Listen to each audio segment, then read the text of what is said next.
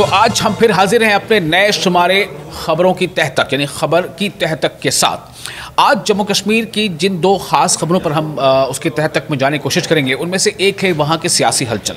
जिस तरह से जम्मू कश्मीर में जो JKPC के चीफ सज्जाद लोन ने जो स्टेटमेंट दिया है, या जो तारिक हमीद कर्रा का स्टेटमेंट आया है, या बीजेपी के तर्जुमान अल्ताफ ठाकुर का स्टेटमेंट आया है, ये तमाम चीज़ें मिलकर ये बता रही है कि कहीं ना कहीं जो एक पॉलिटिकल क्राइसिस है within the coalition party, यानी बरसर इक़्तिदार जमातों के बीच, वो अब गहरी होती जा रही है।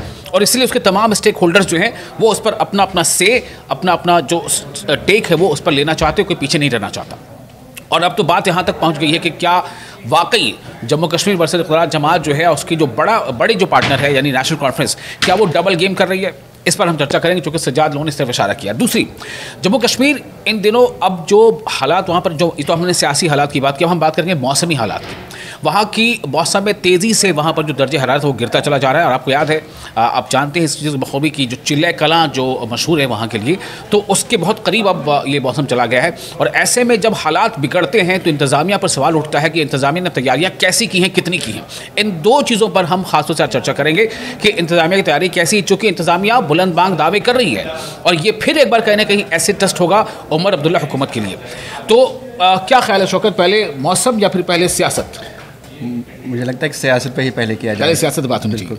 चलिए ठीक है, क्योंकि सियासी डगर अगर मजबूत हो तो शायद मौसम की मार को भी का सामना किया जा सकता है और दीगर चैलेंज से भी निपटा जा सकता है। बिल्कुल। तो मुझे पहले ये बताएं शौकत कि इस वक्त आप क्या देख पा रहे हैं? क्या वाकई जम्मू कश्मीर में बरसर इक़्तिदार जमात, नेशनल कॉन्फ्रेंस और कांग्रेस के बीच जो खींचतान चल रही है, क्या ये उस मकाम पर पहुंच गई कि बस अब ईंट की आखिरी दीवार, या यूँ कह रहे कि ताबूत में आखिरी कील ठोकने जैसा है कि और वहाँ पर उनका जो इत्तेहाद है वो ख़त्म हो जाएगा, टूट जाएगा? देखिए विशाल, जिस तरह से बयानबाजी हो रही है उससे तो ऐसा लग रहा है कि नाराज़गी अपनी पीक पे है। उस पर तेल डालने का काम सज्जाद लोन कर रहे हैं। अच्छा, सज्जाद लोन का कल का बयान अगर हम देख लेंगे, 2 दिन पहले का बयान, उन्होंने कहा कि फादर सन फारूक अब्दुल्ला, उमर अब्दुल्ला दो अलग अलग लाइन्स पे हैं। फारूक अब्दुल्ला प्रो कांग्रेस है, प्रो इंडिया अलायंस है। फारूक अब्दुल्ला वोट चोरी की बात करते हैं, उन इश्यूज़ की बात करती हैं जिनकी बातें इंडिया अलायंस करती है। वो इश्यूज़ उठाते हैं, उनको सपोर्ट करते हैं जो इंडिया अलायंस के इश्यूज़ हैं। जबकि उमर अब्दुल्ला उसके बरक्स कर रहे हैं। ठीक है, बिहार में हार जाती है बरक्स मतलब क्या? बरक्स मतलब क्या? मतलब जो उनका ओपिनियन है, जो उनका पॉइंट ऑफ व्यू आ जाता है, वो उससे थोड़ा डिफरेंट है। जैसे बिहार इलेक्शन पे कई सारी चीज़ें सवाल उठाए जा रहे हैं, लेकिन उमर अब्दुल्ला दूसरी लाइन ले रहे हैं कि नहीं, इंडिया अलायंस में खामियां हैं, इंडिया अलायंस में खामियां हैं, वहाँ रीजनल पॉलिटिक्स और रीजनल पार्टीज़ को इन हैंड नहीं लिया जाता है। ठीक है, उनको नज़रअंदाज किया जाता है, उनके पॉइंट्स को, उनके खदशात को पे ध्यान नहीं दिया जा रहा है। ठीक है, और फिर अंदरूनी रस्साकशी है। तो वो ये सब चीज़ें बोल रहे हैं। जबकि फारूक अब्दुल्ला की लाइन वो है जो इंडिया अलायंस बोल रही है बिहार इलेक्शंस के बाद, जैसे वोट चोरी है, बाकी सब फ्रॉड, उन चीज़ों की बात कर रहे हैं। तो ठीक है, दूसरी चीज़ तो अब तो थोड़ा सा इसमें ऐड करना चाहूँगा। इसी बीच तो कहीं ना कहीं चौधरी रमज़ान जो राज्यसभा के नए मेंबर हैं अभी, उन्होंने भी दूसरी एक बात कह दी थी कि जम्मू कश्मीर में जो चुनाव इंतखाबात जो हुए हैं वो फ्री एंड फेयर इंतखाबात हुए हैं। वो भी कहीं ना कहीं उसी लाइन को कॉम्प्लीमेंट कर रहा है जो उमर अब्दुल्ला का स्टैंड। बिल्कुल, जो उमर अब्दुल्ला का स्टैंड है। यहाँ मैं एक और चीज़ बताऊँ, कांग्रेस, जैसे हम अभी बात कर रहे थे कि क्या अब वो वक्त आ गया है कि जम्मू कश्मीर में NC और कांग्रेस का इत्तेहाद ख़त्म हो जाए। देखिए, कांग्रेस के जो लीडरशिप है या कांग्रेस का जो कैडर है, उसमें मुझे लगता है कि नाराज़गी तो है। वो साइड लाइनड फील कर रहे हैं। ठीक है, खुल के अब वो बोल भी रहे हैं। तारिक हमीद कर्रा ने अभी बोला, दीगर लीडर्स ने बोला, तारिक हमीद कर्रा ने कहा कि इतना भी कहा कि भाई अगर हमको ऐसे ही साइड लाइन किया गया तो हम कहीं इस चीज़ पे ना मजबूर हो जाएं कि हम अलायंस से अलग हो जाए। लेकिन जब उनसे वापस सवाल किया गया कि क्या मतलब कब हो सकता है, क्या ऐसा हो सकता है, उन्होंने उस पर क्लियर भी जवाब नहीं दिया। तो हम शायद ये भी नहीं अभी कह सकते हैं कि नहीं रिसेंट डेज में ऐसा हो सकता है, आने वाले दिनों में। लेकिन ये है कि अंदर अंदर नाराज़गी बढ़ती जा रही है। अच्छा, बीजेपी भी जाहिर सी बात है कि बीजेपी अपोजिशन जमात है और बीजेपी के सामने कांग्रेस और नेशनल कॉन्फ्रेंस का इत्तेहाद है। तो बेशक अगर ये इत्तेहाद टूटता है तो बीजेपी के लिए तो अच्छी बात होगी। बीजेपी तो इसको बुरा तो नहीं मानेगी नहीं, और इसलिए बीजेपी कहीं ना कहीं ये कह रही है। अल्ताफ ठाकुर का स्टेटमेंट आया है, पठानिया का स्टेटमेंट पहले भी आ चुका है, जब उमर अब्दुल्ला ने यह कहा था कि इंडिया अलायंस जो है उसको लाइफ सपोर्ट पर है और हो रहा हो कि वो ICU में चले जाए। तो अल्ताफ ठाकुर का स्टेटमेंट ये आ रहा है, वो कह रहे हैं कि दरअसल ये दोनों में ही नहीं, न सिर्फ ये कि नेशनल कॉन्फ्रेंस और कांग्रेस के बीच तजाद है, बल्कि विद इन NC भी तजाद है।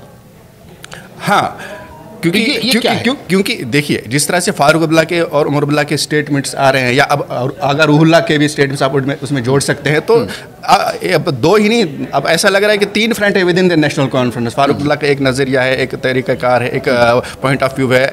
उमर अब्दुल्ला थोड़ा उससे डिफरेंट दिख रहे हैं, और अगर रूहुल्लाह तो अलग ही लाइन पे चलते हैं, उनके अपने अलग ही लाइन है। तो बीजेपी के लिए तो मौका है उनको ये करना है। ये तो मुझे सिर्फ बीजेपी नहीं, बहुत सारे हल्के ऐसे बोल रहे हैं कि भाई अलग अलग पार्टी में ही थोड़ा सा तजाद है, अलग अलग लाइन्स हैं। चलिए, मैं फाइनल क्वेश्चन कर रहा हूँ। खबर की तह में, इस खबर के तह में क्या, ये बताएं, इस खबर के तह में क्या ये सिर्फ एक पॉलिटिकल गिमिक है, या वाकई एक कहीं ना कहीं डिसएग्रीमेंट है बहुत संगीन किस्म का? मैं ये जानना चाहता हूँ, खबर के तह में क्या है? मुझे लगता है डिसएग्रीमेंट तो है, लेकिन उतना संगीन उतना अभी नज़र नहीं आ रहा है, जितना जिस तरह की बयानबाजी तेज़ हो रही है, लेकिन अंदर उतना कुछ नहीं हो रहा है। क्योंकि जिस तरह के जब एक्सट्रीम पॉइंट उठाने की, एक्सट्रीम स्टेप उठाने की बात आ रही है, मुझे लगता है वहाँ तक अभी नौबत नहीं पहुँची है। चलिए देखते हैं क्या होता है। खबर की तह में शायद यही है। अब दूसरी जो खबर हमने आपसे जिक्र किया था कि मौसम का बदलता रुख और जो दर्ज हरारत पर लगातार ग्राफ नीचे जा रहा है, उसने कई मुल्क मतलब जो मुल्क के जो हिस्से हैं, खासतौर से चाहे जितने भी पहाड़ी इसमें रियासत आते हैं, चाहे उसको उत्तराखंड ले लें या हिमाचल प्रदेश ले लें या जम्मू कश्मीर खासतौर से इसका वादी कश्मीर में बहुत ज़्यादा असर पड़ता है। तो ऐसे में वादी कश्मीर में जैसा पिछले सालों में, गुज़श्ता बरसों में हमने देखा है कि कई बार ऐसा लग रहा है कि इंतज़ामिया कहाँ है, वो तो नज़र ही नहीं आ रहा है। तो क्या इस बार भी कुछ ऐसी हालात हैं, या इस बार चूँकि एक चुनी हुई सरकार है तो वो कहीं ना कहीं वो अपने प्रेजेंस को साबित कर रही है, चूँकि दावे हो रहे हैं कि काफ़ी तैयारियाँ हैं। शौकत, आप कैसे देख रहे हो, कैसी तैयारियाँ हैं, कैसे दावे हैं? विशाल, इसमें मैं पहले एक और चीज़ जोड़ना चाहूँगा कि अभी जैसे देख लीजिए, बहुत ठंडा मौसम है कश्मीर में, सर्दी बहुत है, लेकिन अभी तक बर्फबारी नहीं हुई है। तो ये एक तशवीश का बायस है, क्योंकि खुश्क सर्दी में क्या है कि ये हॉर्टिकल्चर, एग्रीकल्चर सेक्टरों के साथ साथ ये इंसानी सेहत के लिए भी बहुत मुज़र है। इसमें बहुत सारी बीमारियां होती हैं, जो बुजुर्ग अफराद होते हैं, जो बच्चे होते हैं, उनके लिए बहुत सारी बीमारियां हो जाती है।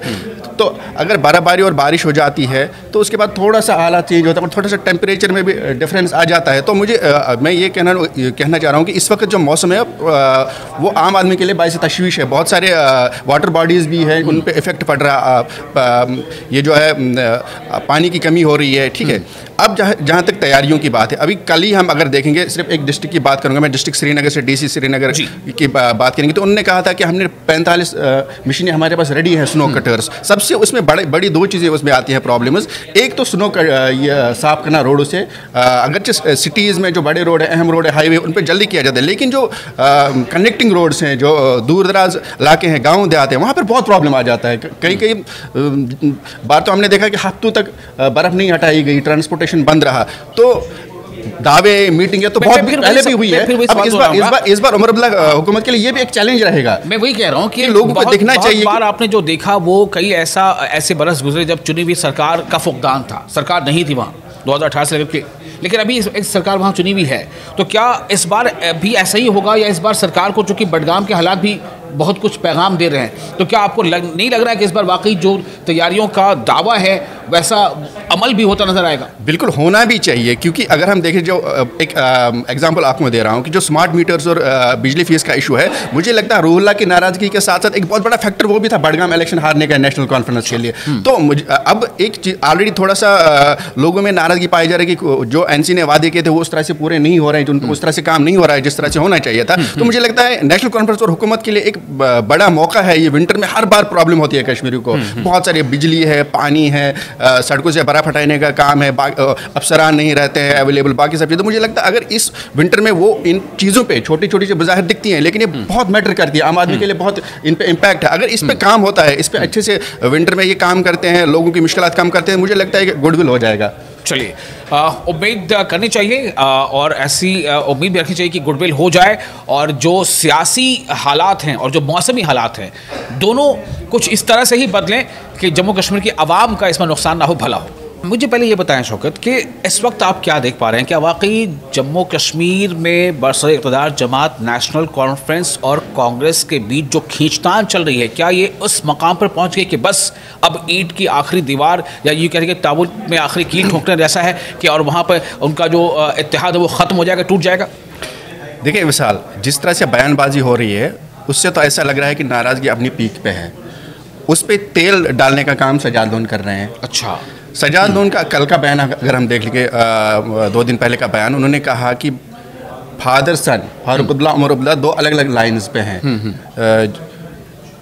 फारूक अब्दुल्ला प्रो कांग्रेस है, प्रो इंडिया अलायंस है। फारूक अब्दुल्ला वोट चोरी की बात करते हैं, उन इश्यूज़ की बात करते हैं जिनकी बातें इंडिया अलायंस करती है, वो इश्यूज उठाते हैं, उनको सपोर्ट करते हैं जो इंडिया अलायंस के इश्यूज़ हैं। जबकि उमर अब्दुल्ला उसके बरक्स कर रहे हैं। ठीक है, बिहार में हार जाती है बरक्स मतलब क्या? बरक्स मतलब क्या? मतलब जो उनका ओपिनियन है, जो उनका पॉइंट ऑफ व्यू आ जाता है, वो उससे थोड़ा डिफरेंट है। जैसे बिहार इलेक्शन पे कई सारी चीज़ें सवाल उठाए जा रहे हैं, लेकिन उमर अब्दुल्ला दूसरी लाइन ले रहे हैं कि नहीं, इंडिया अलायंस में कामियाँ हैं, इंडिया अलायंस में खामियां हैं, वहाँ रीजनल पॉलिटिक्स और रीजनल पार्टीज़ को इन हैंड नहीं लिया जाता है। ठीक है, उनको नज़रअंदाज किया जाता है, उनके पॉइंट्स को, उनके खदशात को पे ध्यान नहीं दिया जा रहा है। ठीक है, और फिर अंदरूनी रस्साकशी है, तो वो ये सब चीज़ें बोल रहे हैं। जबकि फारूक अब्दुल्ला की लाइन वो है जो इंडिया अलायंस बोल रही है, बिहार इलेक्शंस के बाद जैसे वोट चोरी है, बाकी सब फ्रॉड, उन चीज़ों की बात कर रहे हैं। अब मौसम का बदलता रुख और जो दर्ज हरारत पर लगातार ग्राफ नीचे जा रहा है, उसने कई मुल्क मतलब जो मुल्क के जो हिस्से हैं, खासतौर से चाहे जितने भी पहाड़ी इसमें रियासत आते हैं, चाहे उसको उत्तराखंड ले लें या हिमाचल प्रदेश ले लें या जम्मू कश्मीर खासतौर से इसका वादी कश्मीर में बहुत ज़्यादा असर पड़ता है।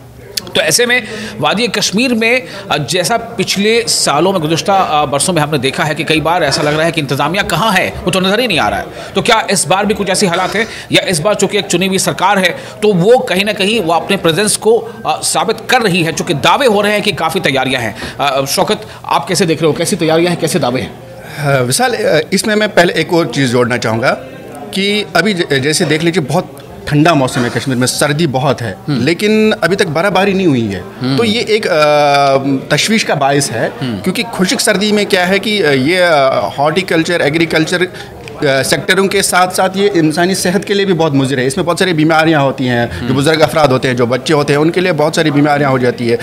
तो अगर बर्फबारी और बारिश हो जाती है तो उसके बाद थोड़ा सा हालात चेंज होता है और थोड़ा सा टेम्परेचर में भी डिफरेंस आ जाता है। तो मुझे मैं ये कहना चाह रहा हूँ कि इस वक्त जो मौसम है वो आम आदमी के लिए बायस तशवीश है। बहुत सारे वाटर बॉडीज़ भी हैं, उन पर इफ़ेक्ट पड़ रहा, ये जो है पानी की कमी हो रही है। ठीक है, अब जहाँ तक तैयारियों की बात है, अभी कल ही हम अगर देखेंगे, सिर्फ एक डिस्ट्रिक्ट की बात करूँगा मैं, डिस्ट्रिक्ट श्रीनगर से DC श्रीनगर की बात करेंगे, तो उन्होंने कहा था कि हमने 45 मशीनें हमारे पास रेडी हैं, स्नो कटर्स। सबसे उसमें बड़ी 2 चीज़ें उसमें आती हैं प्रॉब्लम्स। एक तो स्नो साफ करना रोडों से, अगरचे सिटीज़ में जो बड़े रोड है, अहम रोड है, हाईवे, उन पर जल्दी किया जाता है, लेकिन जो कनेक्टिंग रोड्स हैं, जो दूर दराज इलाके हैं, गाँव देहात हैं, वहाँ पर बहुत प्रॉब्लम आ जाता है। कई बार तो हमने देखा कि हफ्तों तक बर्फ़ नहीं हटाई गई, ट्रांसपोर्टेशन बंद रहा। तो दावे, मीटिंग तो बहुत पहले भी हुई है। अब इस बार उमर अब्दुल्ला हुकूमत के लिए ये भी एक चैलेंज रहेगा। मैं वही कह रहा हूँ कि लोगों को देखना चाहिए। बार आपने जो देखा वो कई ऐसे बरस गुजरे जब चुनी हुई सरकार का फुकदान था, सरकार नहीं थी वहाँ 2018 से लेकर, लेकिन अभी इस सरकार वहाँ चुनी हुई है। तो क्या इस बार भी ऐसा ही होगा, या इस बार सरकार को, चूँकि बडगाम के हालात भी बहुत कुछ पैगाम दे रहे हैं, तो क्या आपको नहीं लग रहा है कि इस बार वाकई जो तैयारियों का दावा है वैसा अमल भी होता नजर आएगा? बिल्कुल होना भी चाहिए, क्योंकि अगर हम देखें, जो एक एग्जांपल आपको दे रहा हूं कि जो स्मार्ट मीटर्स और बिजली फीस का इशू है, मुझे लगता है रूहुल्लाह की नाराज़गी के साथ साथ एक बहुत बड़ा फैक्टर वो भी था बडगाम इलेक्शन हारने का नेशनल कॉन्फ्रेंस के लिए। तो अब एक चीज़ ऑलरेडी थोड़ा सा लोगों में नाराज़गी पाई जा रही है कि जो NC ने वादे किए थे वो उस तरह से पूरे नहीं हो रहे हैं, उस तरह से काम नहीं हो रहा है जिस तरह से होना चाहिए था। तो मुझे लगता है नेशनल कॉन्फ्रेंस और हुकूमत के लिए एक बड़ा मौका है। ये विंटर में हर बार प्रॉब्लम होती है कश्मीरियों को, बहुत सारी बिजली है, पानी है, सड़कों से बर्फ हटाने का काम है, अफसरान नहीं रहते हैं अवेलेबल, बाकी सब चीज़ें। तो मुझे लगता है अगर इस विंटर में वो इन चीज़ों पे छोटी छोटी जो बज़ाहिर दिखती हैं, लेकिन ये बहुत मैटर करती है, आम आदमी के लिए बहुत इन पे इम्पैक्ट है। अगर इस पे काम होता है, इस पे अच्छे से विंटर में ये काम करते हैं, लोगों की मुश्किलात कम करते हैं, मुझे लगता है कि गुडविल हो जाएगा। चलिए, उम्मीद करनी चाहिए और ऐसी उम्मीद भी रखनी चाहिए कि गुडविल हो जाए, और जो सियासी हालात हैं और जो मौसमी हालात हैं, दोनों कुछ इस तरह से ही बदलें कि जम्मू कश्मीर की आवाम का इसमें नुकसान ना हो, भला हो। बहुत शुक्रिया, आप देख रहे थे खबर के तहत तक अपने मेज़बान विसाल और शौकत के साथ। हमें दें इजाज़त, और अगले शुमारे में हम फिर हाजिर होंगे, आपसे फिर होगी मुलाकात।